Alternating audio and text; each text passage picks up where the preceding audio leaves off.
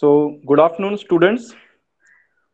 I welcome Dr. Kiran Tajne, ma'am, Head and Associate Professor of Department of Civil Engineering in Government College of Engineering, Nagpur. On behalf of Civil Engineering Department of Tulsiramji Gaikwad Patil, College of Engineering and Technology, I welcome you, ma'am. Thank you for sparing your Thank you, time sir. for our students from your busy schedule. So I give this class to you, ma'am. Now you can start the class. Yes. Thank you. Oh, good morning. Sorry, good afternoon, everyone. So this is Dr. Kiran Tajne, Head and Associate Professor, Department of Civil Engineering in Government College of Engineering, Nagpur.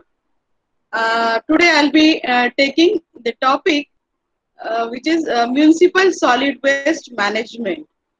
I think most of you have opted this subject air pollution and solid waste management in 7th semester, but I'll take this some of the portion of this municipal solid waste in detail, which is very much important in from gate point of view. Okay, so the contents today we are taking, so what is solid waste, what are the sources and types of solid waste, then characteristics of solid waste management system, then in which we'll take generation, storage, collection, transportation, then how we can reuse and recycle, energy recovery, that is called as processing, and last part will be the disposal system. This is quite exhaustive topic, but we'll try to cover all the topics which are mentioned in the contents. Okay, so let us start. So what is a solid waste? So according to the our definition which is given in the municipal solid waste management rules, it is defined as non-liquid, non-soluble materials which ranging from municipal garbage to industrial waste that contain complex and sometimes hazardous substances. In simple way, this solid waste is nothing but the discarded things which are not now used in for the human being or anybody. Okay, so discarded material is nothing but the solid waste. So Excuse me, ma'am. typically the solid waste is, yes. Ma'am sorry for interruption. Ma'am अगर आप screen full Hmm. Screen कर देंगे तो और ज्यादा visible रहेगा आपका PPT. Okay, okay. जी ma'am.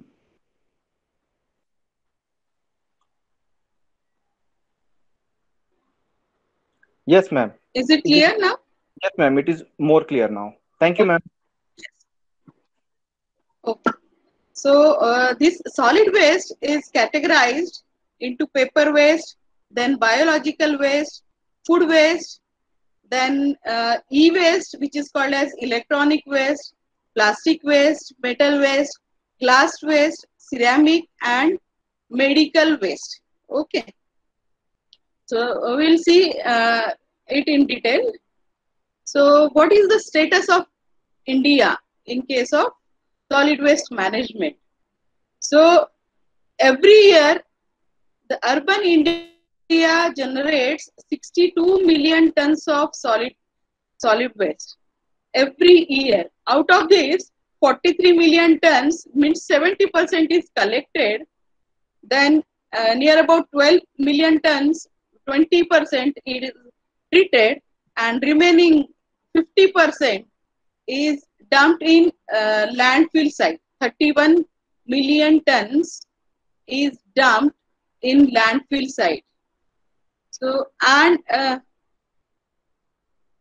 with changing consumption patterns and rapid economic growth, it is estimated that the urban municipal solid waste generation will increase to 165 million tons in 2030.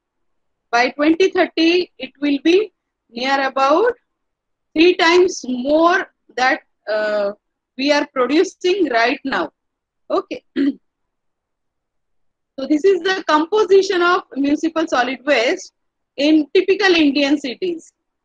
So maximum number is the food and garden waste, that is 40%. Paper waste is 27%.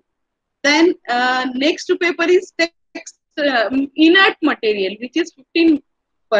Then textile 6%. Plastics and rubber 4%. And metal is 3%. Glass ceramic 5%. So total organic fraction is 40% and combustible fraction is 37%, whereas inert is 15% and recyclable is 8%. So this is the composition of MSW in typical Indian cities. So per capita generation is, in India it is average about 0.45 kilogram per day per capita. It actually ranges from 0.17 kg per day per capita in rural area, whereas in urban cities or large cities, it is 0.62 kg per day per capita. Because in rural area, they don't have the mall culture. They don't have Amazon. They don't have, they don't use Flipkart. So the packaging material is less as compared to the urban area. So in rural area, the per capita generation is very low, which is 0.17 kg per day. Whereas in large cities, it is 0.62 kg per day. So as per CPHE manual, the rate is taken as 0.6 per person per day for design purpose. For any treatment plant or for composting site, the rate is taken as 0.6 kg per person per day. So this is for Indian scenario. If we think the rate is very, very high, it is 0.25 to 2.5 kg per day per capita. Okay. So 0.25 kg per capita is happening in small towns. Okay. And the 2.5 kg per day per capita is in the urban area, which is too high, and it is for highly urbanized as well as very rich neighborhoods. So they waste too much of papers, lot of packaging materials, not cooking basically at home. They buy food or semi-cooked food in plastic containers.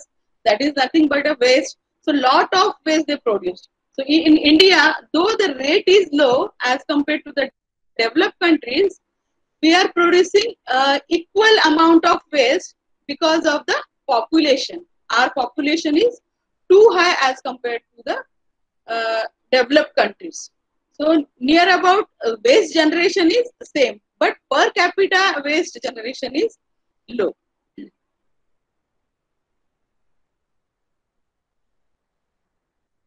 There are different types of solid waste. So based on source of generation, these are classified as residential, commercial, institutional, then industrial, agriculture, and municipal solid waste. Okay. Based on the type of solid waste, these are called as trash or garbage, then ashes, residue, then combustible and non-combustible waste, bulky waste, then street waste, biodegradable and non-biodegradable waste, dead animals, then abandoned vehicles, and construction and demolition waste. So we'll see what is municipal solid waste. Municipal solid waste is the waste which is collected from the urban area. In short, it is known as MSW. And this municipal solid waste is commonly known as trash or garbage in United States, whereas it is called as rubbish in Britain. And this rubbish, garbage, trash is a waste type consisting of everyday items that are discarded by the public. Okay, so garbage can also refer specifically to food waste.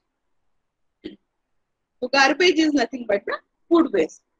So what are the sources of solid waste?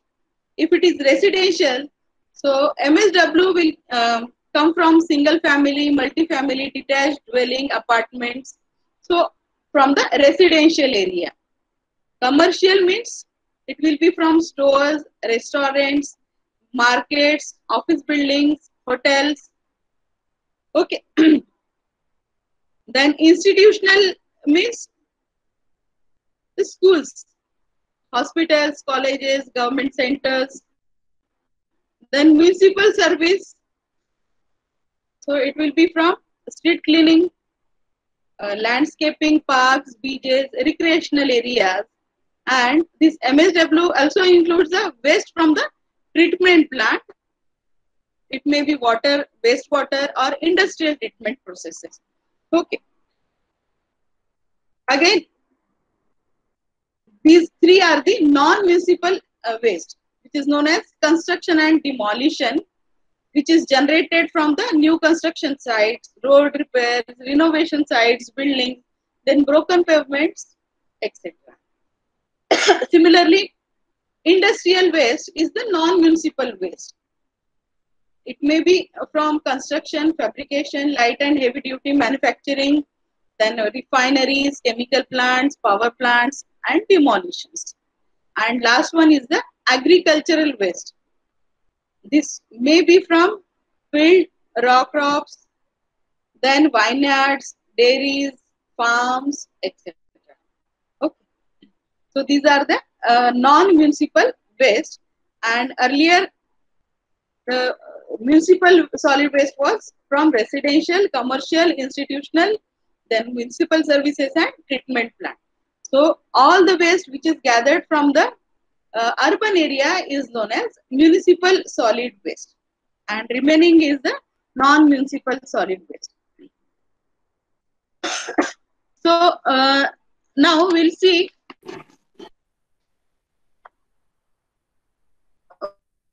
what is the solid waste management. So solid waste management system refers to a combination of various functional elements associated with the management of solid waste. The system, when put in place, facilitates the collection and disposal of solid waste in the community at minimal cost, while preserving the public health and ensuring little or minimal adverse impact on the environment. The functional elements that constitute the system are waste generation, then storage, then collection, transportation. It also includes transfer stations, processing, and disposal. So waste generation or waste are generated at the start of any process. At every stage, as raw material, these are converted into good for the consumption.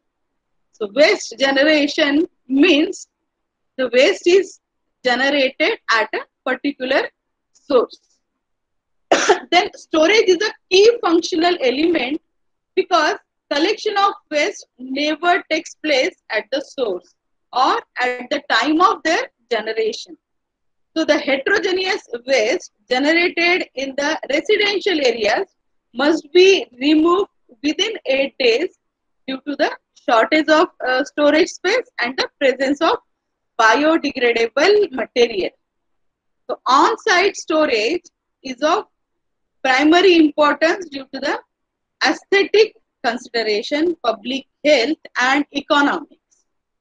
Some of the options for storage are plastic containers, then conventional dustbins, then dustbins which are used for, which are called as oil drums, then large storage bins which are used for institutional and commercial areas, etc. Then waste collection. This includes the gathering of waste and hauling them to the location where the collection vehicle is emptied. This which may be a transfer station or a processing plant or a disposal site. Okay. So the collection depends on the number of containers, frequency of collection, then types of collection services and the routes. The next is the transfer and transport.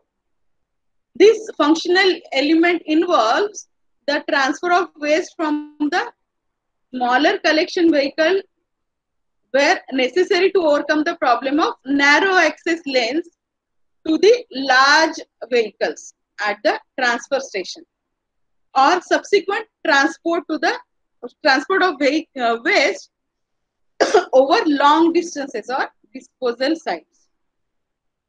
Then next element is the processing. Processing is required to alter the physical and chemical characteristics of waste for energy and resource recovery and recycling. The important processing techniques include compaction, thermal volume reduction, then manual separation of waste components, then incineration and composting. Okay. And next one is the recovery and recycling. This includes various techniques, equipments, facilities used to improve both the efficiency of disposal site and the recovery of usable material and energy. This recovery involves the separation of valuable resources from the mixed solid waste, which is delivered at a transfer station or processing plants. It also involves size reduction and density separation by air classifier or magnetic devices for iron and screen for glass. And the last part is the disposal. So disposal is the ultimate fate of all solid waste. It may be from residential waste, semi-solid waste, from municipal and industrial treatment plants, or incinerator residues, compost, or other substances that have no further use to the society. Okay, so this is known as the solid waste system, which includes generation, storage, collection, transport, transfer, then processing, recovery and recycling of material, and last part is the disposal. So this is the waste management hierarchy. This pyramid shows the typical hierarchy that you will find in any of the waste management rules throughout the world. You pick any of the waste management rules, whichever country you want, and you will see this kind of waste hierarchy. So what does it show? It is basically telling us that we should try to prevent the garbage on the left. As you can see, there is most favored and least favored. Most favored is arrow is upward and least favored arrow is downward. So as to go towards the top, that is actually what most of the rules favors. What is the most of the rules favored around the world? To prevent and minimize the waste. You have to reduce the waste. First of all, we want to prevent the waste that is being produced or produce less and less amount of waste. And then even if it is produced, try to minimize the quantity so that it is, so that is the most favored option. Then second favored is reuse and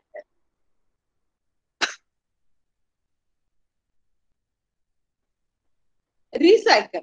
If you can reuse the waste rather than throwing it away, then you recycle, and then finally it is disposal. So that is in what the rules tell us throughout the world. But what is actually happening? This is kind of the reverse of that.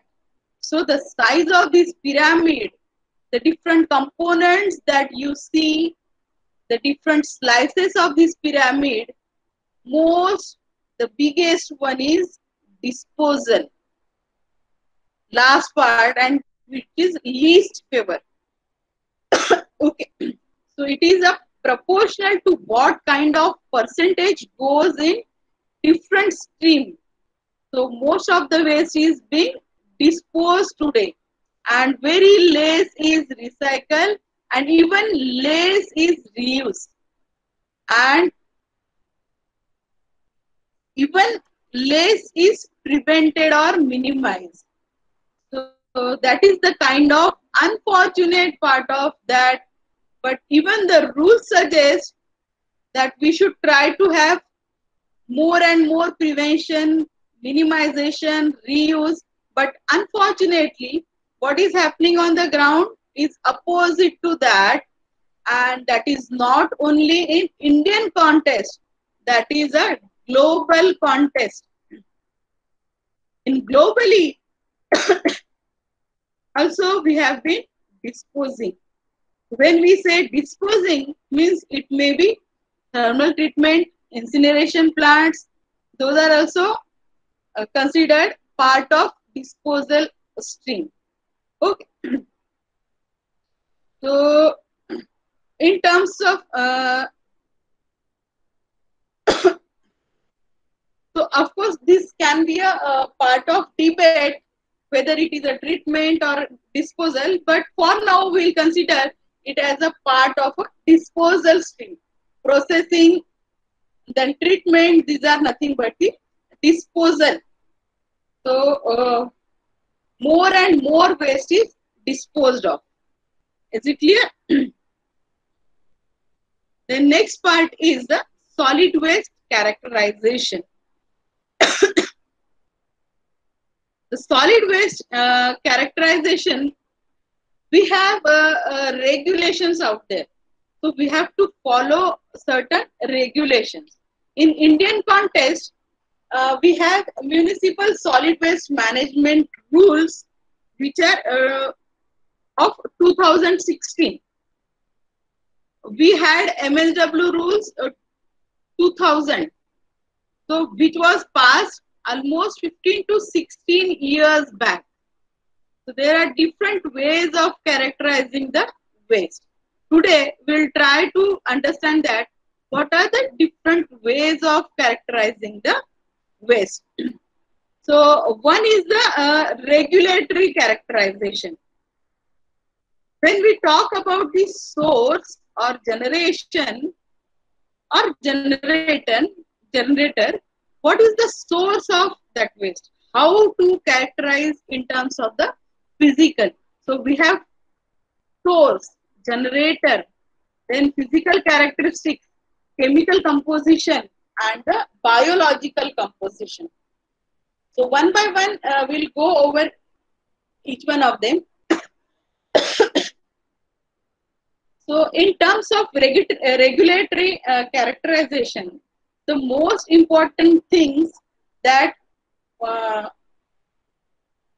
we have to follow, or when we talk about the regulatory characterization, is to find out whether the waste is hazardous waste or not. From regulatory point of view, we have to find out whether the waste is hazardous waste or not. The solid waste is a bigger umbrella. So within solid waste, we have municipal solid waste, hazardous waste, construction and demolition waste, then agriculture waste, mining waste. So all these are different types of waste out there. So hazardous waste is something which is more dangerous than typical municipal solid waste or construction and demolition waste. So there could be things from municipal solid waste which could be hazardous. There could be things from construction and demolition waste which could be hazardous. Say if you are running a company, or if you are running a factory, or you are a solid waste engineer in a city. How will you know whether your waste is hazardous waste or not? or when or you are running a landfill, dumping sanitary landfill site, you are in charge of that landfill and somebody brings garbage to you. How will you know whether the garbage is MSW or hazardous? So from the regulatory action, we can know whether the waste is hazardous or not. So there is certain regulation to classify waste to be hazardous waste. So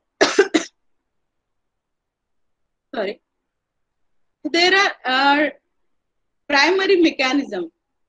It may be listed or characteristics.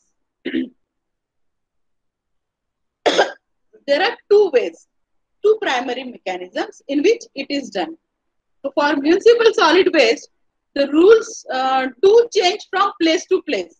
And then based on how the city geography is and what is the population, what is the demand over there, what is the land availability, and all that. But in terms of hazardous waste, rules are pretty much the same. Uh, it is throughout the world. These rules are same throughout the world. So for a waste to be a hazardous waste, there are two predominant ways. One is listed and other is characteristics.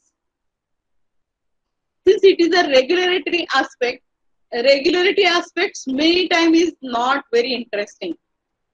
So any regulations you may have signed many times while you are installing software in your computer. You sign I accept button without reading those. And same thing for your cell phone. When you buy anything, you just click on I accept terms and conditions and you sign. So something similar here. It is regulations. These are pretty dry, but I will try to explain it in simple way so that you can understand it. So for a waste to be hazardous waste, there are two ways. Either it may be hazardous waste because it is listed hazardous waste. Just a minute. Listed hazardous waste. Okay. So there are two criteria. The waste typically contains harmful chemicals which indicate that it could pose a threat to human health and environment in absence of special regulations. These are called as toxic listed waste. And second criteria is the waste typically contains such dangerous chemicals that it could pose a threat to human health and environment even when properly managed. So these waste are fatal to humans and animals even in low doses. These are called as acutely hazardous waste. Okay. So, so it can be hazardous because it is listed hazardous waste, or it could be hazardous waste because it has certain characteristics. Now, what is listed hazardous waste and what is characteristics? We'll talk about that. So, in terms of listed, as you know, listed means what? It is on a list. So, these lists in regulations, if you take out hazardous waste management rules of India or any other country, it may be for US, European Union, you will see there a certain list. And from our experience, we have come up with that list. So after Second World War, we have started having lot of industrialization throughout the world at a different level, depending on which country you were in. So with the industrialization, we started producing a lot of chemical-based waste. And lot of waste which was being produced from these factories or or industries. So we have studied those waste and we have found out that some of these waste are harmful to us, and they are harmful because of certain criteria which we will talk about. And since we found it is harmful, we have put it in the list, and so that what is the listed hazardous waste. Okay, so listed hazardous waste means the waste which are mentioned in the list of the management rules. These are called as listed hazardous waste. Then second is the characteristics. So depending upon the characteristics, uh, what are those four characteristics? Ignitability, corrosivity, reactivity, and toxicity. And we'll talk about each one of them in little one by one. So ignitability means something which can catch fire spontaneously. There is a difference between ignitability and combustibility. Combustibility means something which can burn, but we have to use lighter or matchstick to start the burn. Okay, we have to give fire to that material, which is called as combustible or combustibility. But ignitability means at certain temperature it will start burning by itself. So it will get ignitable and it will start burning by itself. It will catch fire by itself. So that is the ignitability type of waste. Okay. So if something is corrosive, corrosive means very low pH or very high pH. So then typically at very low pH and high pH, things are corrosive. Very strong acid, very strong waste, so that it is corrosive. So if that kind of waste is there, again this is a hazardous waste. Okay. Then reactivity. If something reacts violently, there is a reactive. When it reacts and it creates an explosion. If things have certain compounds, there are some chemicals out there, and if it gets into sunlight or it gets some gets into favorable condition, it will explode by itself. That is called as reactivity. Okay, and the last one is the toxicity. Toxic characteristics means that in a favorable condition, when the moisture get into that, it will leach enough chemicals out there, and that chemical in the landfill setting, if it is in MSW landfill, and if liners are provided in MSW landfill, the liners are provided to prevent the uh, contamination of groundwater. Okay. So if the liner breaks, that chemical will cause a contamination of groundwater. So toxicity characteristics leaching procedure TCLP is used for determining the toxicity. So TCLP test is only to find out whether the waste can be safely disposed in the MSW landfill or not. Okay. So this is characteristics. We have seen regulatory type in which we listed waste and characteristics waste. So whether the waste is harmful or not. The harmful waste is determined from these two primary mechanisms, listed and characteristics. There are different characteristics, ignitable, corrosivity, reactivity, and toxicity. So listed waste are assigned hazardous code in uh, municipal solid waste management rules. So T for toxic waste, H for acute hazardous waste, I for ignitable waste, C for corrosive waste, then R stands for reactive waste, and E stands for toxicity characteristics waste. So from TCLP test, we can find out the toxicity of the leached wastewater from the landfill, which is denoted by E. So depending upon limits of toxicity, it is characterized. Okay. So next part is by source or by generator. So it is important to characterize the generation rate by mass or volume. So we have seen source. We know the source: residential, commercial, institutional. Okay, these are the sources. But it is important to characterize the generation rate by mass or volume. We look at in terms of the generation rate by mass or by volume. So in terms of solid waste field, one of the important thing in the solid waste field is to try to understand the relationship between mass and volume. Why mass and volume? When we talk about the landfill space, we always talk about the volume. When we talk about the space available for landfill, then we talk about the volume of the landfill. How much garbage we can put in there.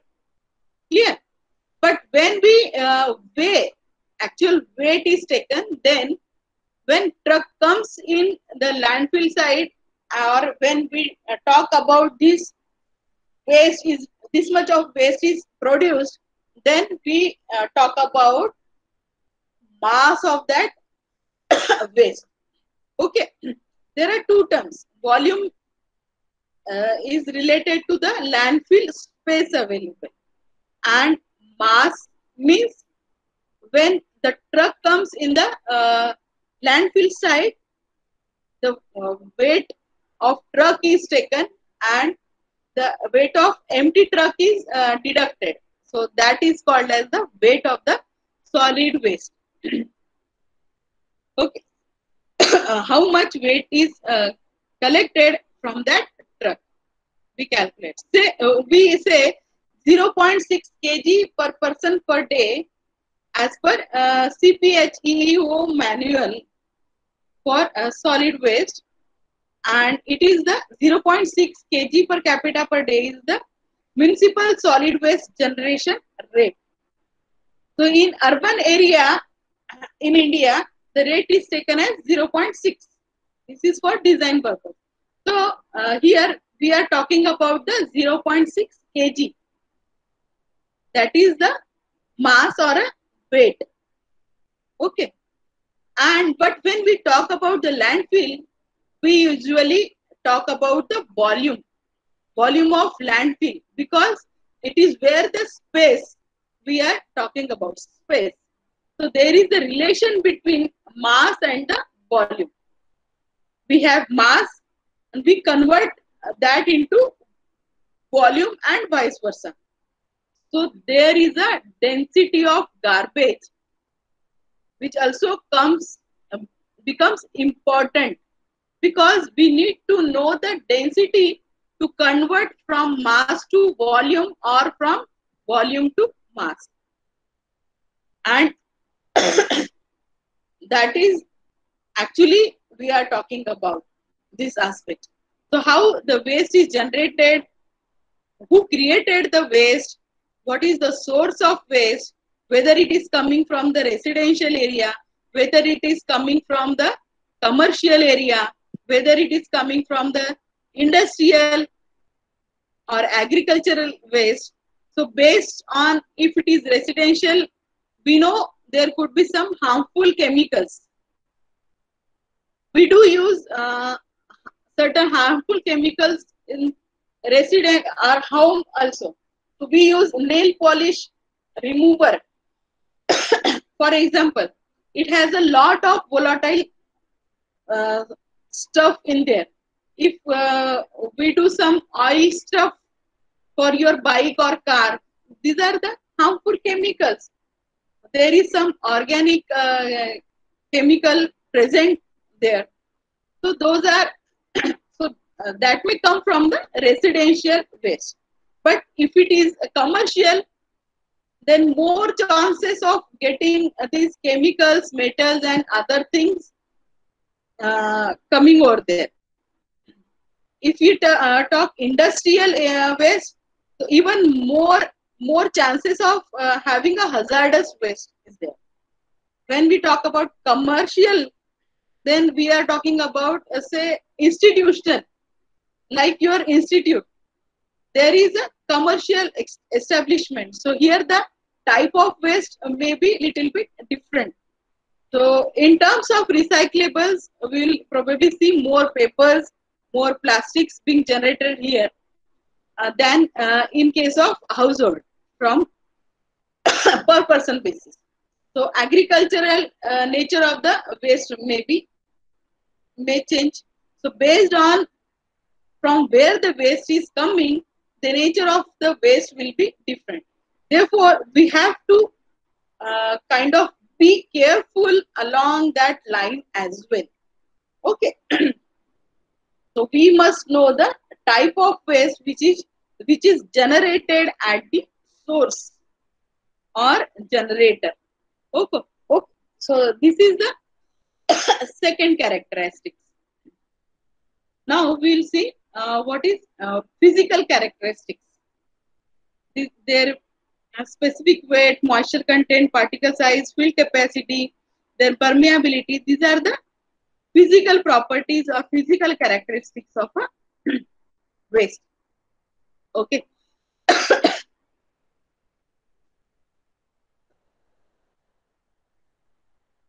So in terms of physical characteristics, we do have to do many times relation between mass and volume. Just we have seen mass and volume.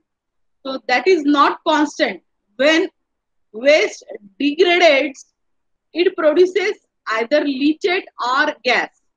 Leachate means the waste water present in the uh, uh, landfill site. Okay. So water which flows through the waste is called as leachate. So gas will be escaping from the landfill. Then leachate also escaping to the leachate collection system and going out of that landfill. So the mass is changing. If the mass is changing and volume is the same, the density will change, isn't it? So mass and volume relationship will be there. But what parameter describe the relation? In fact, I just mentioned to you that it is a density. So density of garbage is always very important. We have density or specific weight. So there is a difference between density and specific weight. So density is what? Density is mass per volume and specific weight is the weight per volume. So when we talk about weight, we have acceleration due to gravity, that G part is added. So when we talk about mass, there are we are talking about small m. In weight, it is m into g, mass into acceleration due to gravity. So that is why it is weight. So it is weight per volume, which is nothing but the specific gravity, and mass per volume is the density. So this is the difference between that. So and this part is again a very important, and formula is given. We all know how to calculate the specific weight, and it varies from geographical location, season of the year, and length of the time which is in storage. Next part is next important part is the moisture content. So the moisture content is important in terms of leachate production. Leachate just I have mentioned, it is a wastewater present in the waste. So moisture content is needed when we are talking about the microbes, because uh, it because of which the degradation of garbage is possible. Okay, but when the moisture content of that solid waste is good, then only the degradation takes place. So for microbes to work, it has to be wet. If the condition is not wet, then microbes do not work. They don't like dry stuff. Okay, so we have grass which has high moisture content. Food waste has also pretty high moisture content. So in Indian scenario, in terms of our municipal solid waste, we do not have that much of paper, plastic going into the waste stream, because the paper and plastic usually is taken care of by the kabadi wala. We have raddi wala, kabadi wala, and other stuff. They come to our home and collect it. So our most like predominant component in our waste stream is the food waste. So we do tend to have high moisture content. So this is the reason when we talk about the waste to energy plant, we have to be really careful because it has the high moisture content. High moisture content means low calorific value. So if it is dry, it will not degrade. Waste will not degrade. And if it has moisture content which is too high, then it is not good for the waste to energy plant, because the latent hint of evaporation, lot of energy will go out taking care of that water getting converted into gas. So this parameter is also very important.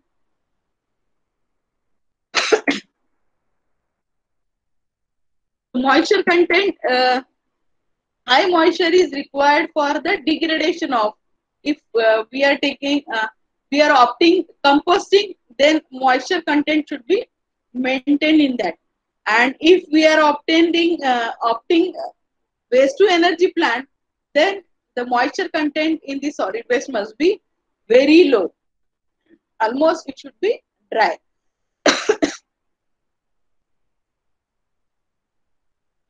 Then we have field capacity.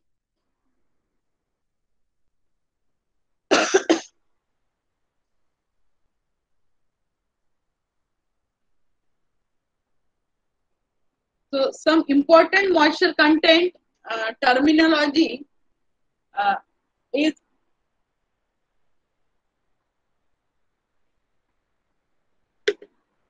field capacity. So it is particular media which holds liquid.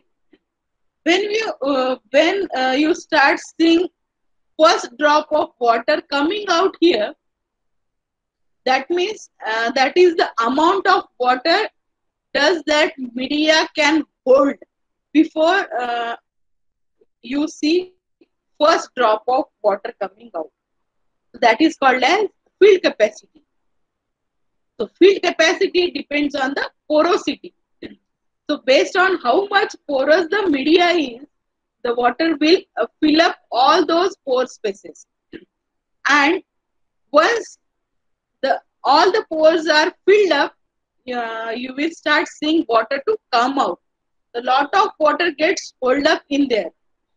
So this is a spongy like stuff. Sponge, more the field capacity.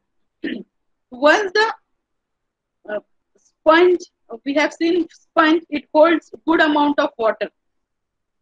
The material should be spongy kind of stuff.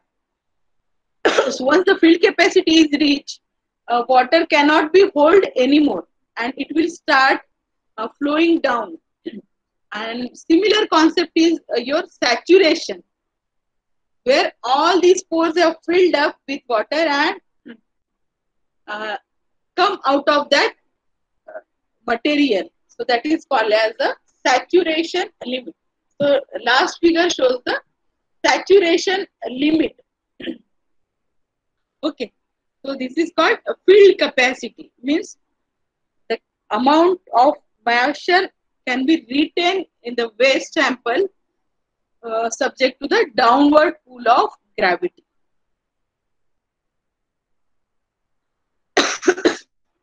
So this field capacity is very much important in determining the formation of leachate in the landfills, or water in excess of field capacity will be released as a leachate. Then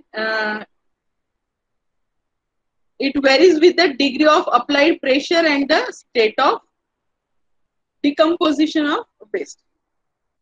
So next one is the particle size.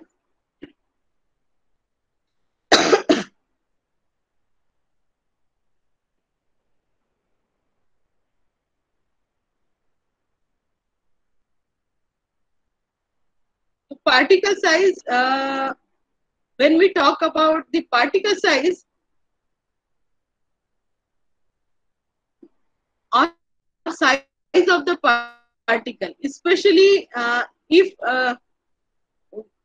we have remember the soil mechanics, uh, we know D60, D10, uniformity coefficient. So all those factors come into the picture here too, because we are talking about the stability. We are talking about how the garbage will be compacted. If we have all big particle sizes, then and these particle sizes are of uniform, all of them are of same size. That means I will have more and more void spaces. That particular uh, solid waste have the more and more void spaces. But if there are some smaller pieces in between, and that will take that fill up these void spaces. So if I have uniformly graded soil or uniformly graded wet mix, and it will be better for the compaction, because waste has to be compacted. If I just a minute, there is a porosity. Pores are available. Porosity will have soil air. These voids have soil air, and air will be trapped in that voids. When the waste degrades, methane is produced. This methane, if there is for some reason in hot or humid kind of weather, or very high temperature, waste degradation is an exothermic process which releases the heat. So if temperature goes up, methane being a flammable gas, it does catch fire if conditions are suitable or if the temperature is high. So if we have a big void spaces, that means we have air pockets. Air pockets has oxygen. So if oxygen is present and methane is burning, so the fire can propagate into the landfill.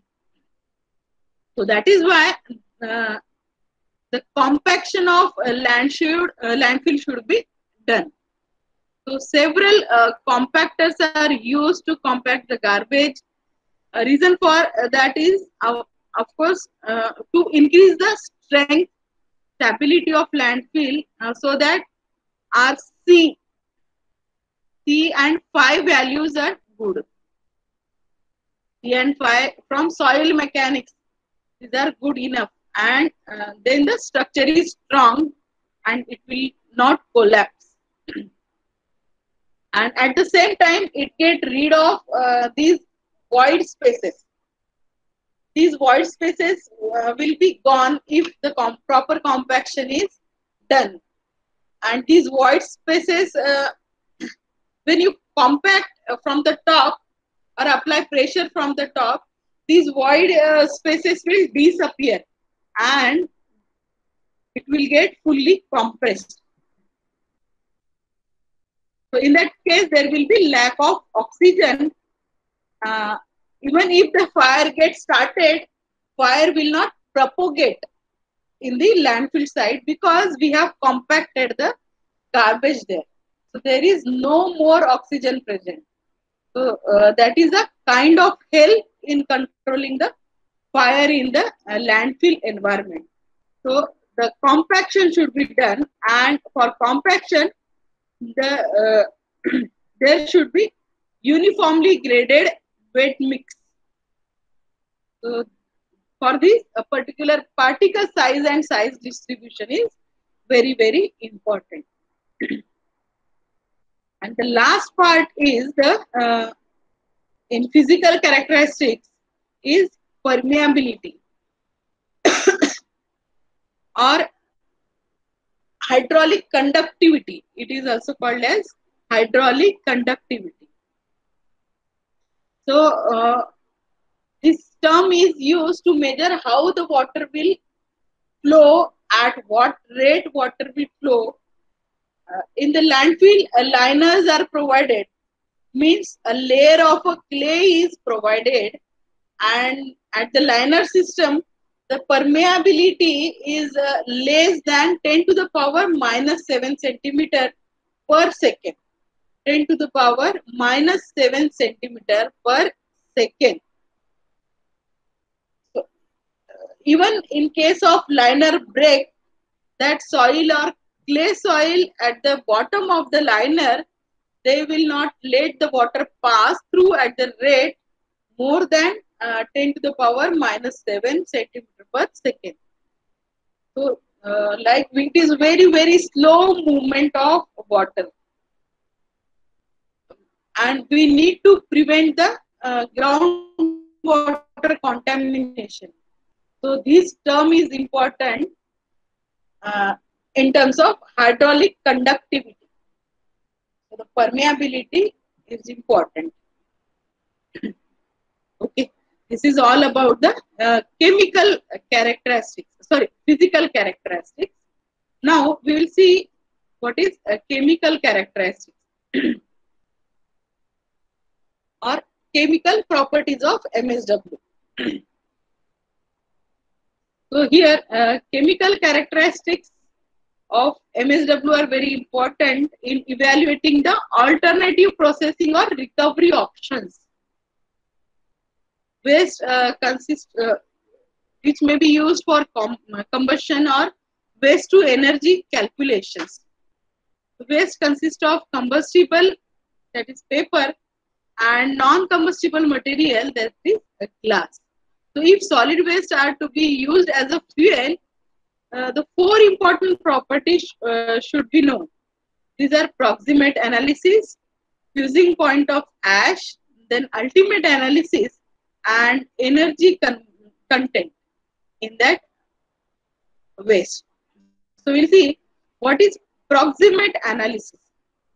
So there are again the proximate analysis is carried out to determine moisture content, volatile combustion matter, fixed carbon, and ash content. So, so this is important in evaluating the combustion properties of waste or refuse derived fuel. So the moisture content is calculated from the loss of moisture when heated at 105 degree centigrade. So which adds the weight of the waste without increasing its heating value, and the evaporation of water reduces the heat release from the fuel. That's why it is calculated. Then volatile matter. It is loss of weight on ignition of dried sample waste at 950 degree centigrade in a covered crucible. So it is kept in, sample is kept in the crucible and put it in the oven for at the temperature of 950 degree centigrade. So the portion of waste that is converted to gases before and during the combustion, which is called as volatile matter. Then fixed carbon, it is the combustible residue that is left after the volatile matter is removed from the waste. And this fixed carbon represents the carbon remaining on the surface grades as a charcoal. So after burning the waste, there is a residue which is called as charcoal. So waste of fuel with a high proportion of fixed carbon requires a longer retention time on the furnace grades. That means to achieve the complete combustion or uh, uh,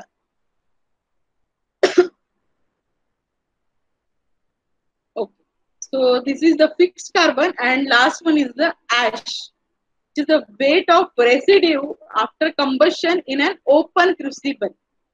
So for volatile metal, the waste put on the covered crucible, and for ash content, the weight of residue after combustion is taken in the open crucible, and this ash adds weight without generating any heat during combustion. So these are the four characteristics to be determined, and which is called as proximate analysis. So there are typical values after proximate analysis. So for mixed food, moisture content is more 70% and ash content is 5 and very low carbon content 3.6. Similarly, for mixed paper, moisture content is less, whereas volatile matter is large, 75.9%. Then this plastic, for plastic, volatile is more and moisture is very low, 0.2%. Similarly, carbon and ash content is 2%. Then glass, moisture is negligible, almost negligible. There is no volatile carbon, and ash content is more, 96 to 99%. In residential municipal solid waste, the moisture content is 21%, ash content is 20%, volatile matter is 52%, and the carbon content is 7. So this is these are the typical values of the waste material. The next is the ultimate analysis. So this refers to an analysis of waste to determine the proportion of carbon, hydrogen, oxygen, nitrogen, sulfur, and this analysis is done to make mass balance calculation for chemical or thermal process. Okay. So in proximate analysis, we calculate fixed carbon, ash content, moisture content, then volatile matter. And in ultimate analysis, we determine carbon content, hydrogen, oxygen, nitrogen, sulfur, ash, halogen. Okay. So here CN ratio means carbon to nitrogen ratio defines the proper mix of waste material. This CN ratio is very important factor for composting to control biological conversion activity of the waste. C means carbon, N means nitrogen. For 1 unit of nitrogen, there should be 30 units of carbon. So if carbon content is 30%, then there is 1% nitrogen. So 30:1 is the proper ideal ratio for the proper composting.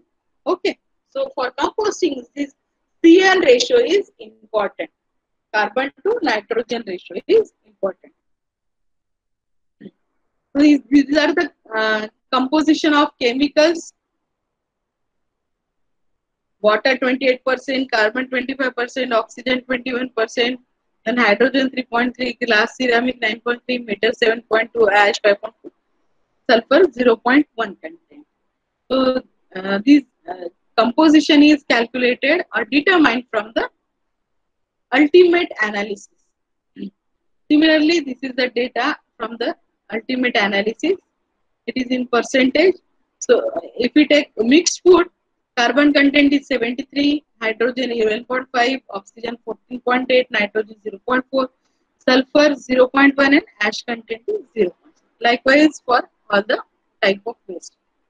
Then next content is next characteristics, chemical characteristics, the fusing point of ash. It is the temperature at which the ash resulting from the burning of waste forms a solid by fusion or agglomeration. These are called as clinkers. So typical fusing temperature for formation of clinker from the solid waste ranges from 1100 to 1200 degree centigrade. Okay, and these clinkers are usually used in the construction as an aggregate. Then energy content. Last one is the energy content or heating well. So an evaluation of a potential of waste material for use as a fuel from incineration requires a determination of its heating well. If we want to use the waste material as a fuel, then we must know the heating value or energy content in that waste. So, and it is expressed as a kilojoules per kilogram, kJ per kg. So heating value is determined experimentally using bomb calorimeter test. So in which the heat generated at a constant temperature of 25 degree from the combustion of dry sample is measured.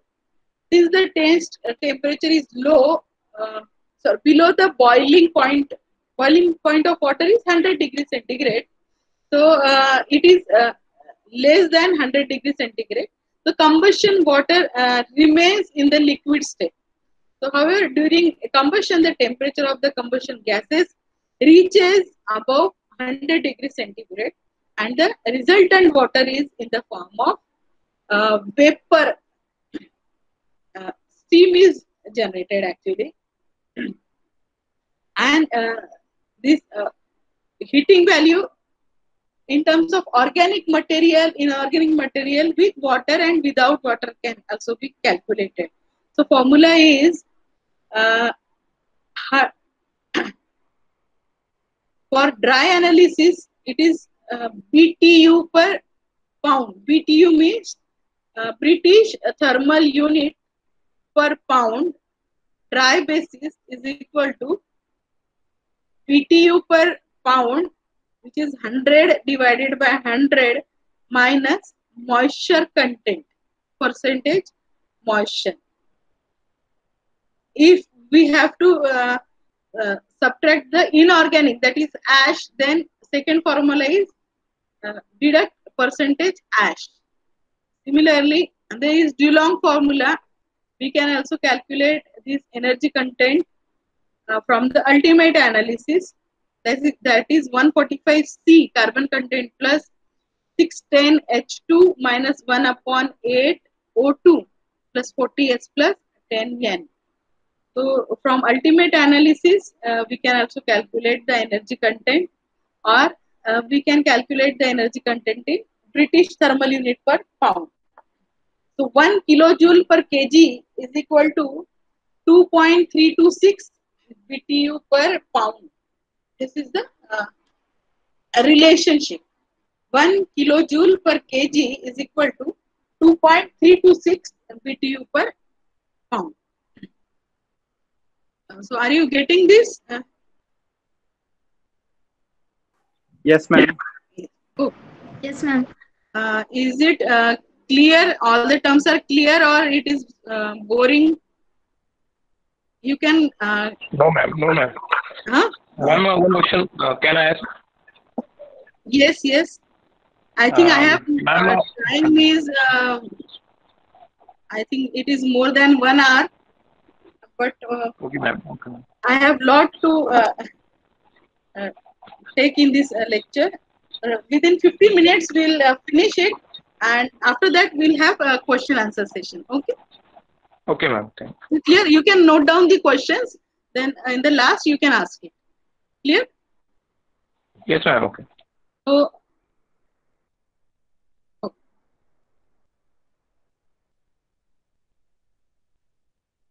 So when the waste has a lower heating value, it is calculated as from 1 ton waste, the energy content we can gain is the 11.5 gigajoules. If it has the waste has higher heating value, then we can get 13 gigajoules energy content from the 1 ton of waste. Okay. So the last characteristics is the biological properties or biological characteristics. So it is the process where almost all organic compounds are degraded and converted into biologically gases. It may be methane, it may be CO2 or moisture content, water or leachate. So simple organic molecules means these degradation of waste is done through aerobic or anaerobic digestion processes. Aerobic means in presence of oxygen, and in anaerobic means the in absence of oxygen. Okay. So biodegradability is the rate of degradation. So almost all organic compounds are degraded into gases, and volatile solid is often used as a measure for the biodegradability of uh, MSW. So from volatile solids, we can calculate the biodegradable fraction. BF is equal to 0.83 minus 0.028 LC, which is the lignin content of the volatile solids, which is expressed is in the percentage of dry weight. And BF means the biodegradable fraction. Okay. Then these are the typical values of biodegradable fraction in different waste components.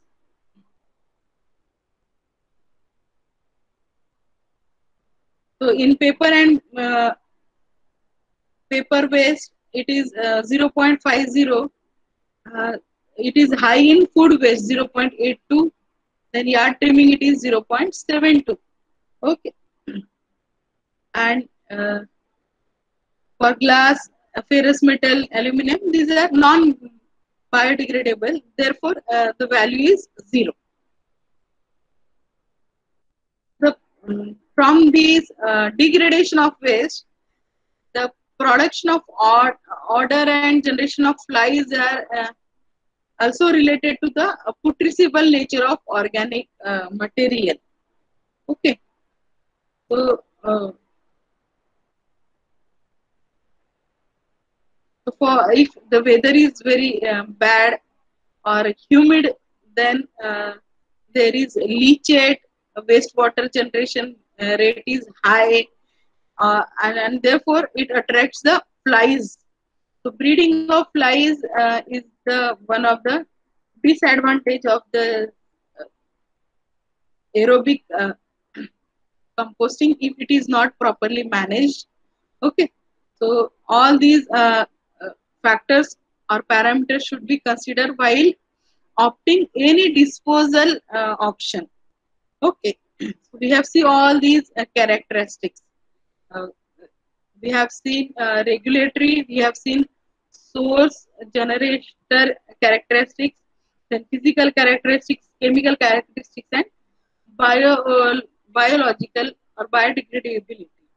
Okay, so these are the 5 characteristics from which we can find out the we can determine which option should be better for the disposal of that solid waste. Okay. So next part is the we have just seen first part generation, and other parts are since it is very vast topic. 1 hour is very too short for me to explain each and everything. But these characteristics is very important part from gate point of view. So that's why I have taken it in detail. Other part will cover very fast. So storage, collection, and transfer or transport. These are closely associated. So factors influencing the waste collection system. Mohit sir, can I extend further? Mohit sir, Yes, ma'am, you can. how much time you Actually, the time will limit give is of me for 1 hour. extra time? Will you give? Huh? Ma'am, actually, the time of the class is of duration is 1 hour, Huh. 3:30 to 4:30. But as you are saying that you Okay. have some extra knowledge to give to the students, then you can please carry on, ma'am, as per your Okay. convenience. Thank you, sir. So Yes, I will ma'am. try to sum up in 15-20 minutes. Okay. O- Okay, So, ma'am. Okay. factors influencing waste collection system. So there are different factors: collection points, collection frequency, then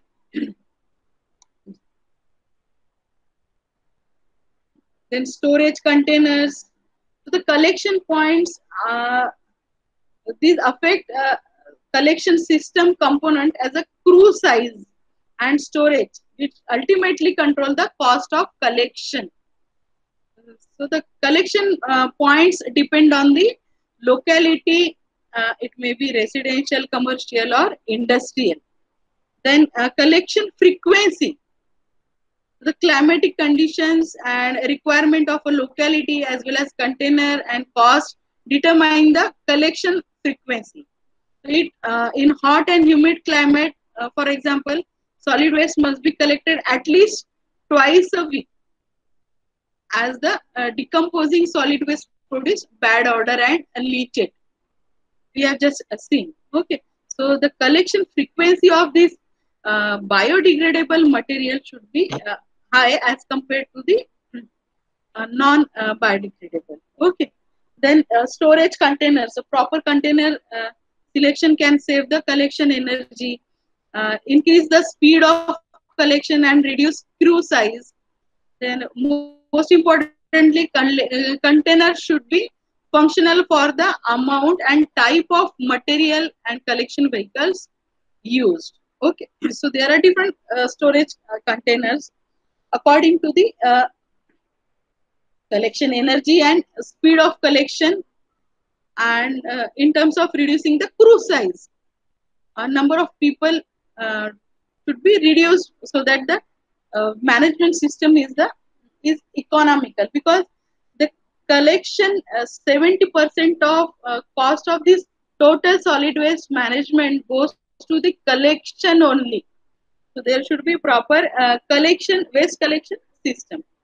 So there should be optimum crew size for community, which depends on the labor and equipment cost.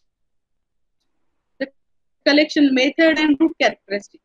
Okay. It depends on the size and type of the collection vehicles used, space between houses, then waste generation rate, and collection frequency. So if collection frequency is less, then crew size may be reduced. Okay. Or it may be you can collect the waste alternate days, 1 or 2 days after. Then collection route. This collection program must consider the route that is efficient for the collection. So efficient routing, that is the storage and transport collection vehicles helps to decrease the cost by reducing the labor which are used for the collection. So proper planning of collection route also helps conserve energy and minimize working hours and vehicle fuel consumption. Then we have transfer station. Transfer station is an intermediate station between final disposal option and the collection point. So in order to increase the efficiency of the system. So if the uh, generation site and the disposal site, there is the distance is more, then we have some intermediate station that is called as a transfer station. If the vehicle if the small vehicles are used for collection of the waste from the residential area, then these are transferred to the bigger vehicle at the transfer station. Okay. So here at transfer station also serves as a processing unit where the waste are dewatered or compressed. So the centralized sorting and recovery of recyclable material is also carried out at the transfer station. So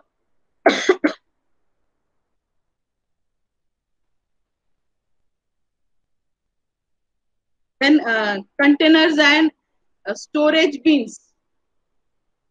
These are also important. What type of bin we are using for that storage of waste. So the design of efficient waste collection system requires a careful consideration of type, then size and location of containers at the point of generation for storage of the waste until they are collected. So while a single family household generally have small containers, residential units, then commercial units, institutions units, these require large containers. So there are two types of containers, stationary container and hall containers. So these are Ma'am, ma'am, stationary containers. presentation is not Yes. seen. Yes. Ma'am, presentation is not visible. Presentation is not visible. Okay, ma'am. Okay, ma'am. Okay, Okay, sorry. ma'am. Is it clear now? It is visible Yeah. now, ma'am. Give presentation. Green is okay. Sorry.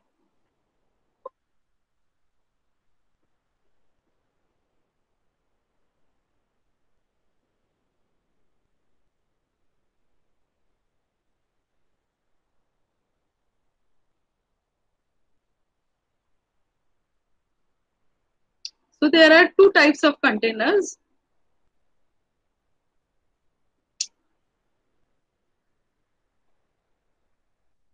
Stationary containers and the hall containers. Stationary containers are used for the contents to be transferred to collection vehicle at the site of storage.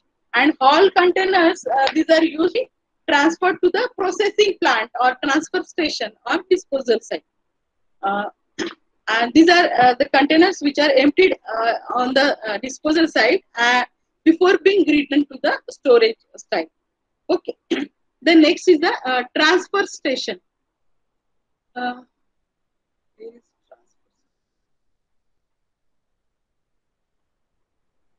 transfer station? We have seen these are the sites where the disposal site is far away from the collection site. It is intermediate station.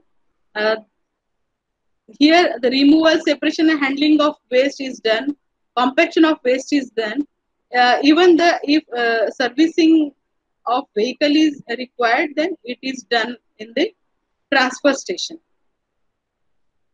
So, for economical use of transfer station, this is the graph between. There are two graphs. One firm line shows the total cost of bulk transport and the cost of transfer station. And second dotted line shows the cost of direct transportation. Okay. Uh, it is the distance from collection site to the disposal site. Okay. The first line, dotted line, shows the direct transportation of waste from collection to disposal, and the firm line shows the cost of transportation of waste and the cost of transfer station. Means collection site to transportation station, from transfer station to disposal site. This is done in firm line. Okay. So these are the two graphs. On horizontal side line, there is transport distance in kilometer, and y-axis it is cost per ton. So at a particular point, these two graphs intersect. That point is known as critical point. So before critical point, the direct transport is more economical. Okay. If the distance is more, then on the right side of the critical point, the use of transfer station is more economical. Okay. When we do the analysis of cost, then this graph should be plotted. These two graphs shows one graph shows the cost of direct transportation, and other graph shows the cost of transfer station plus bulk transport. Okay. This horizontal line shows, dotted line shows the transfer station operation cost. Okay. So this is included in firm line. So when at the point where these two graphs intersect, that point is called as critical point. So before critical point, if distance is low, transport distance is low, then direct transport is more economical. If distance is more, as the distance increases, use of transfer station is more economical. So there must be intermediate station, which is called as transfer station. Okay. The next part is the processing. Processing means recovery of material. Okay. So this improves the efficiency of solid waste management system. Recovery of material is possible. Then the conversion of energy is again possible in case of processing. So there are two types of important factors: mechanical volume and size reduction.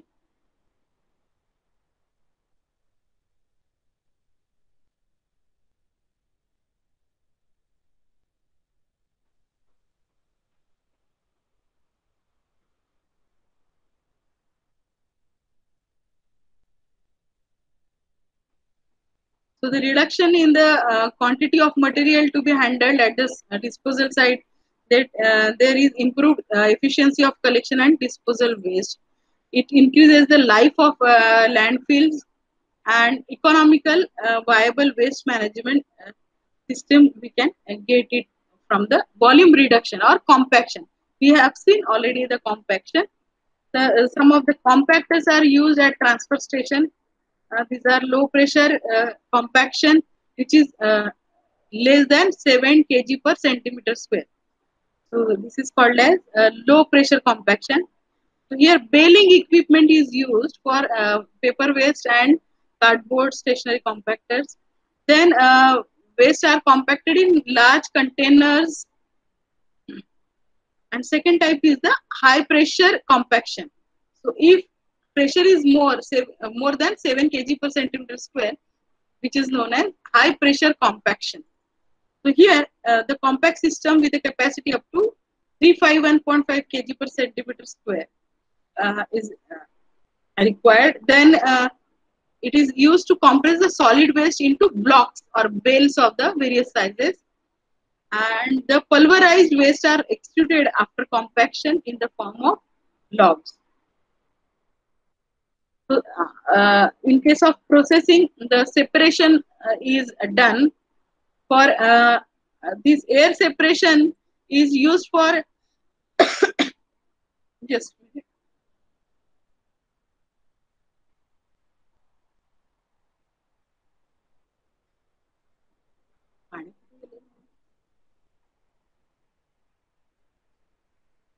this technique has been in use for a number of years in industrial operations for segregating the various components of dry mix.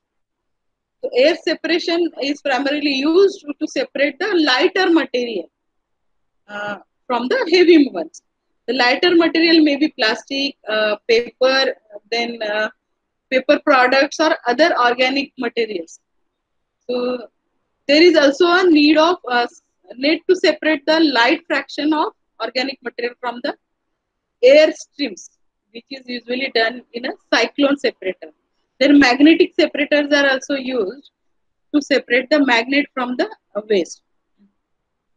Okay. Then screening is done for the separation of glass. Okay. Excuse me.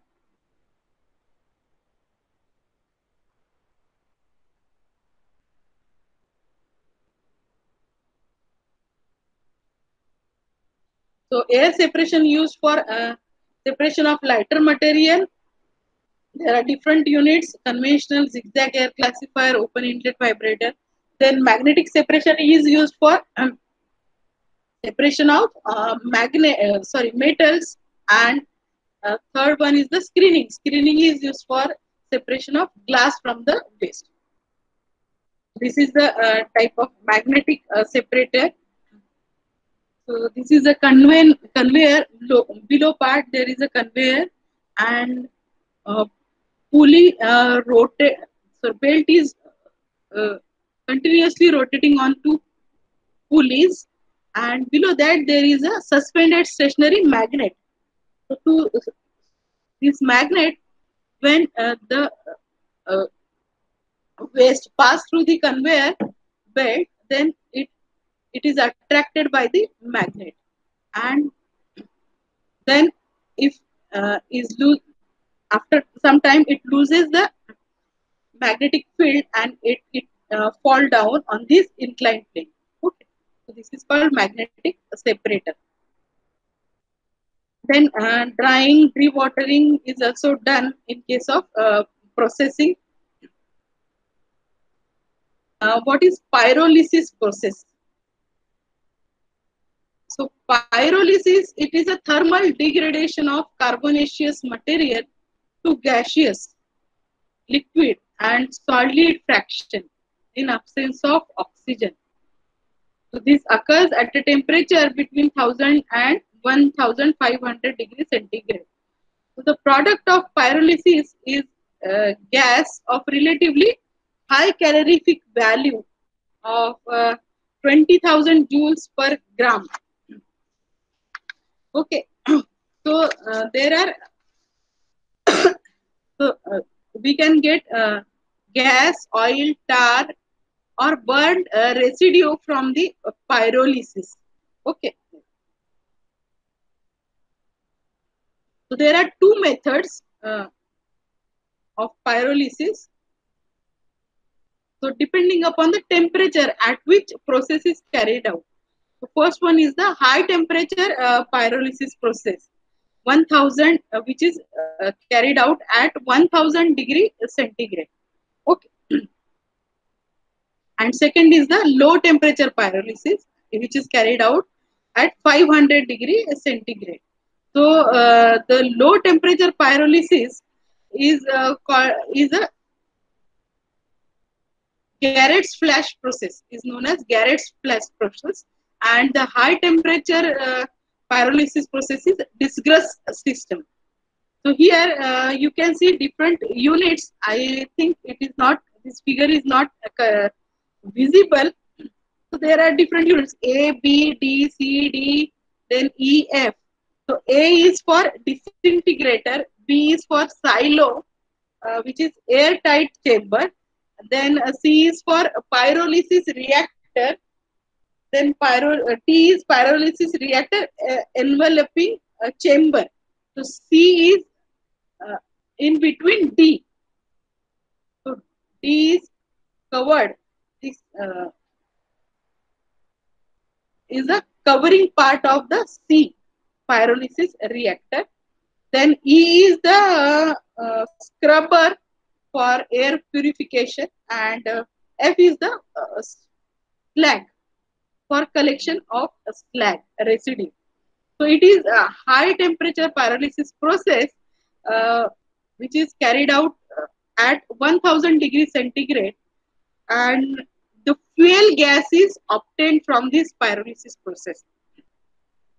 So raw solid waste is first subjected to size reduction in a closed shed. This A is required. First it is disintegrated, then the air from the shed is taken up as intake air in the plant, so that to avoid the odor problems. Then crushed refuse is fed to the pyrolysis reactor, which is C. Okay. This is called reactor. Reactor is heated indirectly by burning the gas in the temperature which is enveloping it. C means the reactor, and this reactor is heated indirectly by burning the gas in the chamber enveloping it. So the enveloping chamber is D. The reactor is heated in such a way that the temperature is maintained inside the reactor about 1000 degrees centigrade. And the end product of this system is combustible gas and the slag. So slag is collected in F. F is called as slag silo, and the gas produced is washed in the scrubber. E is the scrubber, which is used for the cleaning of gas. The scrubber is used, and the partly used, that gas is washed in the scrubber and partly used for the heating in the burners, and remaining is sold. Okay. So in this pyrolysis process, it is claimed that 1 ton of refuse produces about 500 meter cube of gas. From 1 ton of refuse means solid waste, we can produce 500 meter cube of gas, out of which 85% of gas is reused in the pyrolysis process and 15% of gas is sold. So this is high temperature pyrolysis. Similarly, Garrett's flash process is the low temperature pyrolysis process, and it is carried out at 500 degrees centigrade. So from this we can get fuel oil, then char, and the slag. All the three, solid, liquid, and gas, we can get it from the low temperature pyrolysis process. And from 1 ton of refuse, we can get 136 liters of oil. From 1 ton of waste, we can get 136 liters of oil. So this is again a recovery of product, that is known as salvaging. So first, refuse is fed to the primary shredder. Shredder means cutting of waste is done. Then it is sent to the light air classifier, where light fraction of waste is collected, such as paper, plastic. Then it is sent to the magnetic separator for collection of, or separation of metal.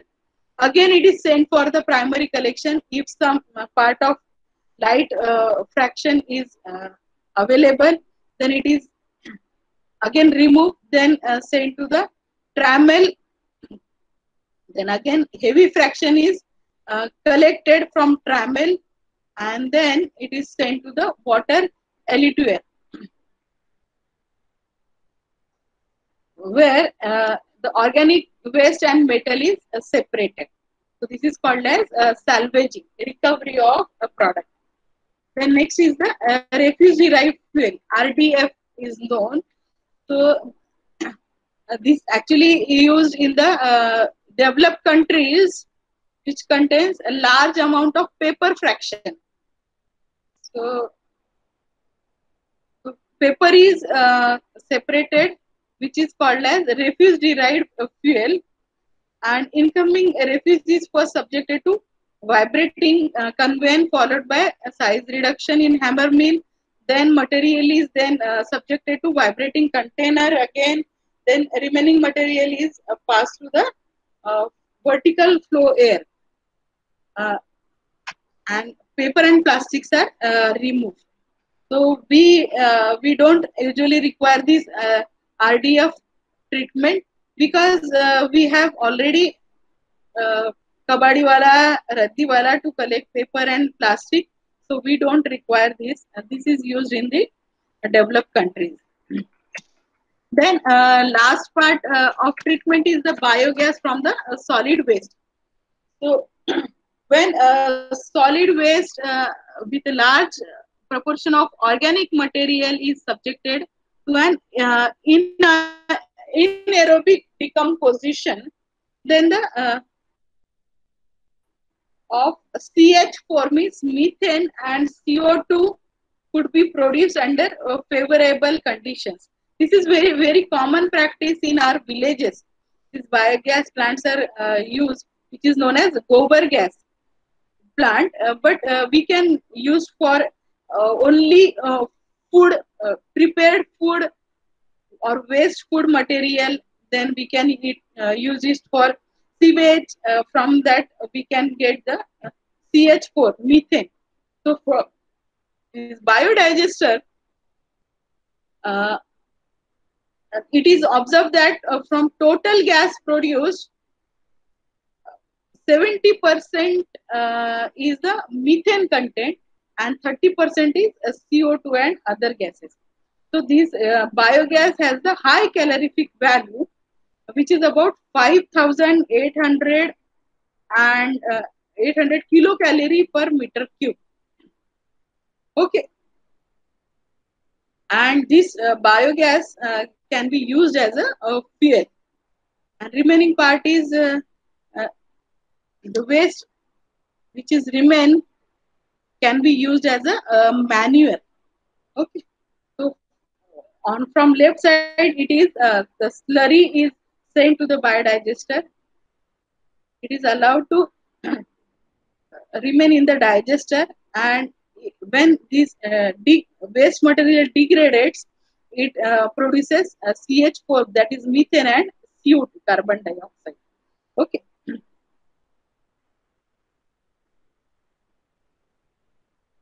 And it has that manure has also a good NPK manurial value, nitrogen, phosphorus, and potassium. So 1.6 is to 0.1, 0.85 is to 0.93. So there are some links for each process, but we are running short of time. So the last part is the disposal of waste. To achieve effective waste disposal, we must overcome the municipal capacities, then political commitments. Then there are certain constraints: finance and cost recovery, technical guidelines, then institutional role, responsibility, and location. So there are different options: sanitary landfill, composting, incineration, pyrolysis, gasification, RDF, biogas. These all are disposal options, but we have covered it into processing or treatment. So broadly, there are three options: sanitary landfill, composting, and incineration. The sanitary landfill is the least option, but in most of the cities this option is preferred. Okay, so first we'll see what is sanitary landfill. So this is an area where we can dump our waste. It is sanitary landfill is a fully engineered disposal option in that the selected location or wasteland is carefully engineered in advance before it is pressed into service. So operators of sanitary landfill can minimize the effect of leachate, that is polluted water which flows from the landfill, then gas production through proper site selection, preparation and management. This particular option of waste disposal is suitable when the land is available at an affordable price and adequate workforce and technical resources are available to operate and manage the site. So this is nothing but a trapezoidal section in which the clay liners are provided, and between clay liners there are the drains which are called as leachate collection drains, then over which the clay cover is provided. Then the everyday waste is collected in that landfill site, and above that the final cover of clay is provided. So from this sanitary landfill also we can get methane. Uh, um, there are two wells, monitoring wells. One is for methane monitoring and second is for groundwater monitoring. So due to the leachate percolation, the groundwater may also be polluted. Okay. So the nature of waste, factor, moisture content in the sanitary landfill, then pH value, particle size and density, and temperature. These are the factors which affects the gas and leachate production. If the moisture content is high, then leachate will be more.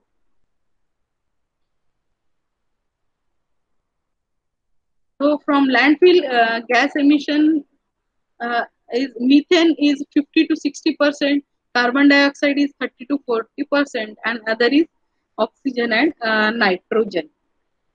So from landfill also we can collect methane.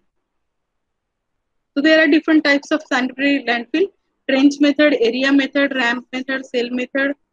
So these are different types.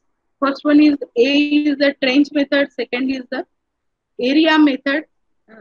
In trench, the site is excavated for filling of the waste, and in area method, the site is just in the it is just disposed of on the level site also. And third one is the depression method. So if there is any already excavated area such as mining area from where the material is excavated and it remains as it is, so that part can also be used as a landfill area. The next option is composting. So, so we'll move fast. This is a biological process of decomposition in which organisms under control condition of ventilation, temperature and moisture content convert organic product of solid waste into humus like material. So if this process is carried out effectively, then the final product is the stable odor free soil conditioner. The manure is called as soil conditioner. So generally this option of composting is considered when considerable amount of biodegradable waste is available in the waste stream, and there is use for market of composting. If it has market, then the composting is very, very good. So it may be either centralized or small scale. Centralized composting plants are possible if adequate skill levels and equipments are available, and uh, scale composting can be effective at household level, but this needs a public awareness. I am practicing composting at home. Okay, so this is a small scale practice, but we should have the public awareness. People should be aware about that. And the last option, so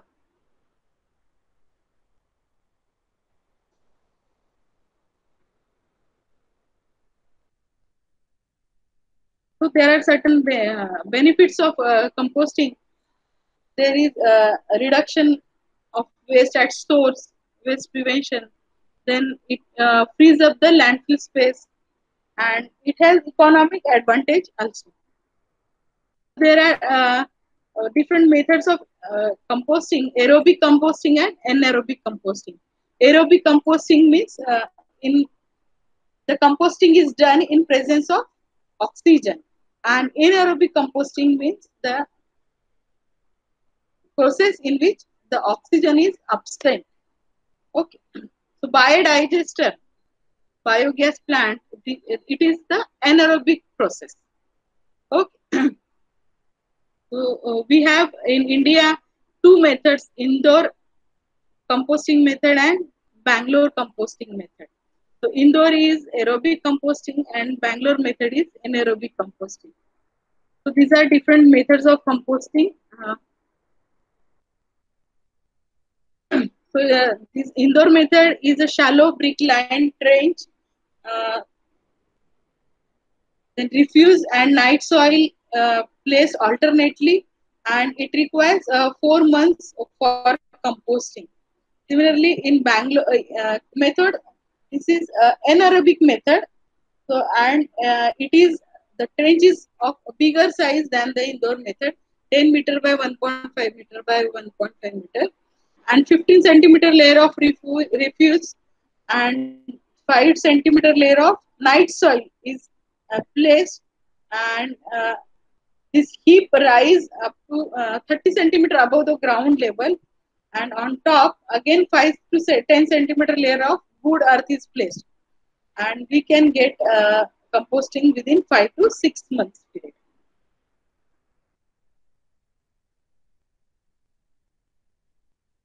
Then last option is the incineration. So pyrolysis is nothing but the incinerations.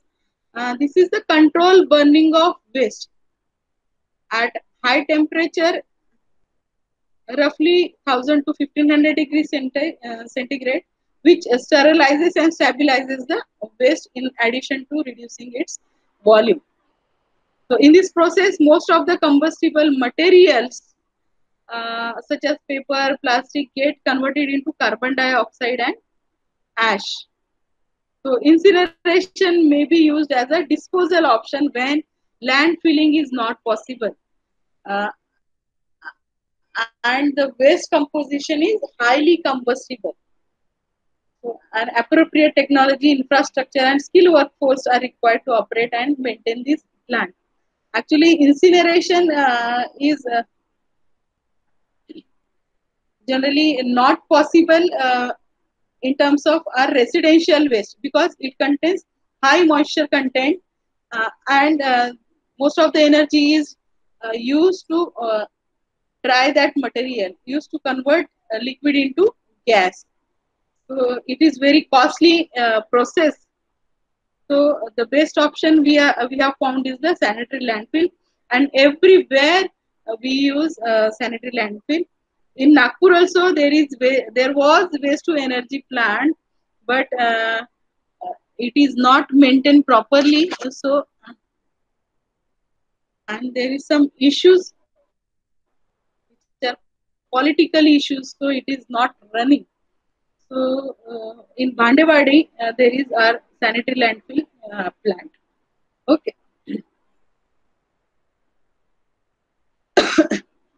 So in incineration, these three T's are very important: time, temperature, and turbulence. But this is very costly material, costly option, and proper skilled workforce is required. So this is not a good option for us. So thank you for proper attention. So you may ask questions quickly. We'll take 2-3 questions. We are already, we have taken 50 minutes more. Ma'am, it's Any questions? all ideas are clear. Okay, ma'am. Yes. All ideas clear, ma'am. Lalit, I am Yes, not audible, beta. Can I ask in Hindi, ma'am? Yes.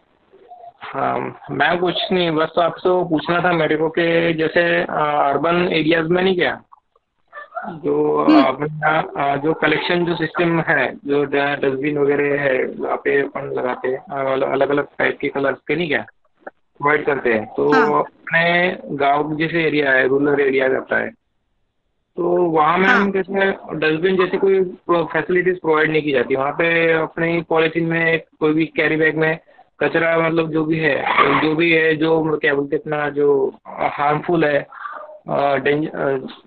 Normal है, अपने vegetables ये आगे, तो कोई भी कचरा है वो एक चीज में पुट कर देते और म्यूनसिपैलिटी जो गाड़ी आती है उनकी तो कचरा की तो उसमें डाल देते सर मैम। गाँव में गाड़ी आती है क्या? हाँ मैम, गाँव में तो आती है ना मैम। तो यहाँ पे कैसा मैम वो जो कंटेनर सिस्टम है ना वो ऐसा नहीं रहता है गाँव में, तो वहाँ पे हार्मफुल वेस्ट भी इसमें ही आ रहा है, वेजिटेबल वेस्ट या नगर परिषद को प्रपोज करना पड़ेगा ऐसा करो करके। Different types of dustbin should be there, blue green है ना, green for wet waste, blue for dry waste, yellow for medical waste. This should be done. The separation at source should be done. Then only we can give better option, disposal option. तो yes ma'am, वो that the question ma'am, मुझे मतलब ये है कि उसको segregate कैसा किया जाए वो कचरे को, नहीं क्या वो प्रॉब्लम होता है सेग्रीगेशन में। ये देखो बेटा, ये डिपेंड करता है कि ये अथॉरिटी पे डिपेंड करता है, आपका नगर परिषद है या ग्राम पंचायत है या म्युनिसिपल कारपोरेशन है ना।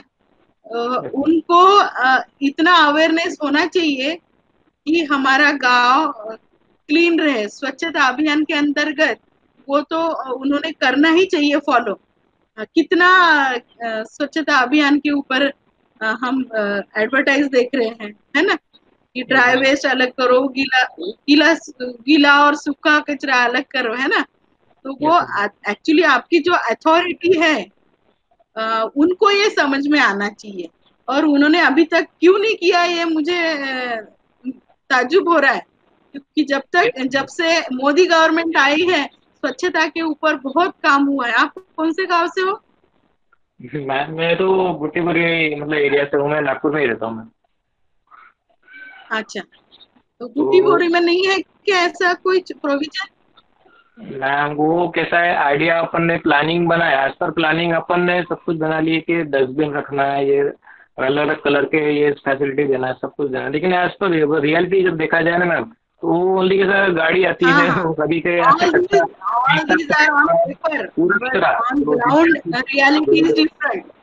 करेक्ट। ये तो मैं 100% बोलती हूँ। मेरे घर में भी जब मैं तो म्युनिसिपल एरिया में रहती हूँ, जब गाड़ी आती है उसको बोलती हूँ सूखा अलग ले, गीला अलग ले। मैं तो घर में सेपरेट करके रहती हूँ, लेकिन वो डालते समय दोनों एक ही इसमें डालता है। हाँ मैम, वही कैसा सेपरेशन करने में के बाद में प्रॉब्लम अपने को फेस करना पड़ता है ना। हमारी जो लोगों की मेंटालिटी है ना, उसको हम चेंज नहीं कर पाए। अपन बता देंगे मैम कि ये अपना प्लानिंग है, अपना आइडिया है। हाँ, इस तरह से कंटेनर बनाओ। लेकिन ये सॉलिड वेस्ट मैनेजमेंट में बहुत स्कोप है, इतनी सारी सब्सिडीज गवर्नमेंट दे रहे हैं। You can think over that. कुछ ऐसा डिस्पोजल ऑप्शन आप हाउस होल्ड के लिए ही तैयार करके दे सकते हो।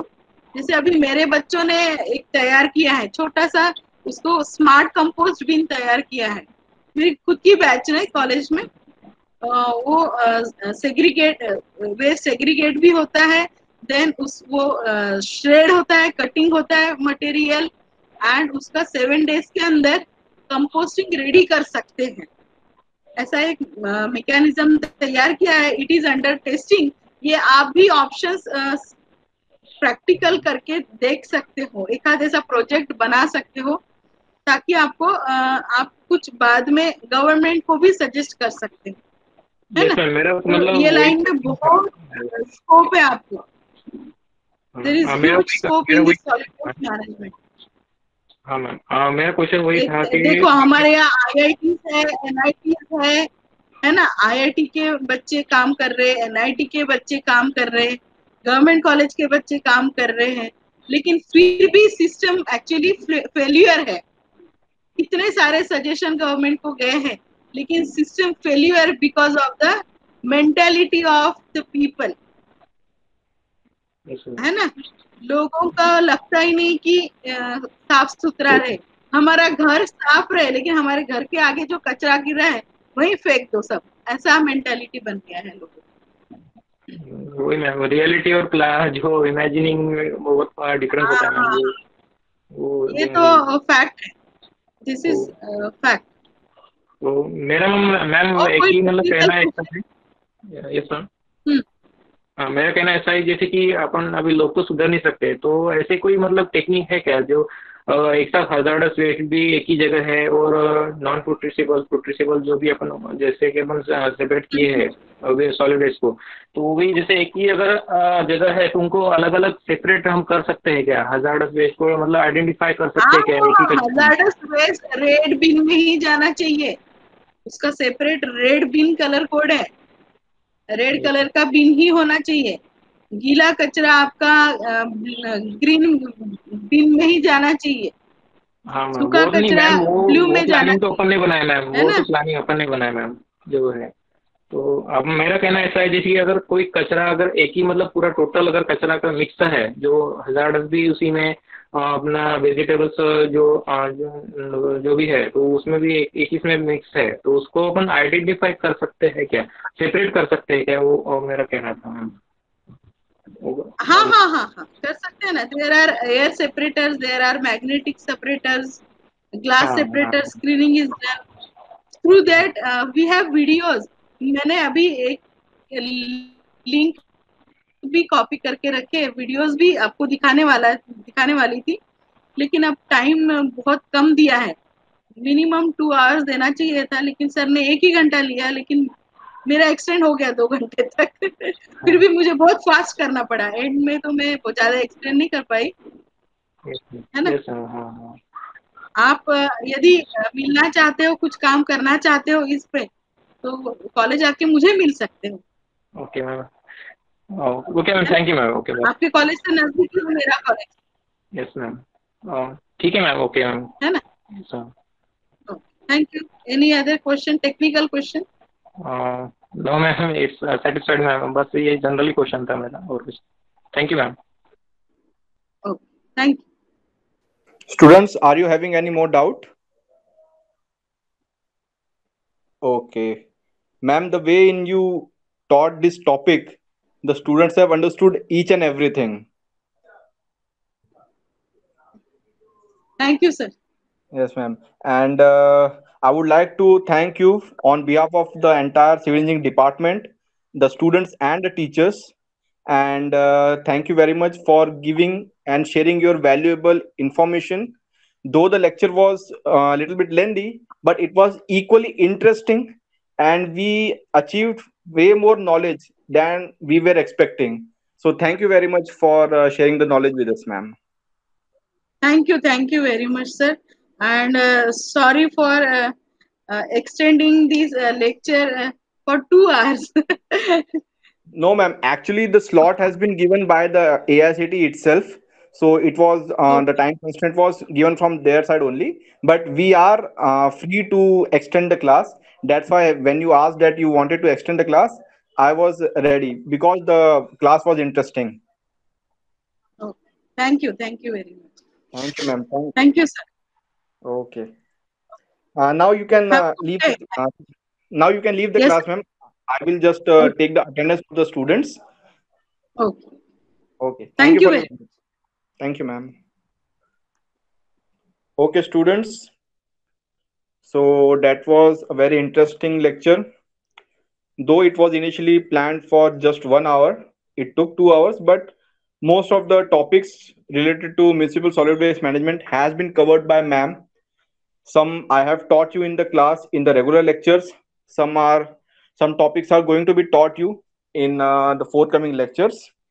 So thank you for your patience, and please fill the form which has been shared by Asif sir. After filling that form, you can leave the class. Thank you very much.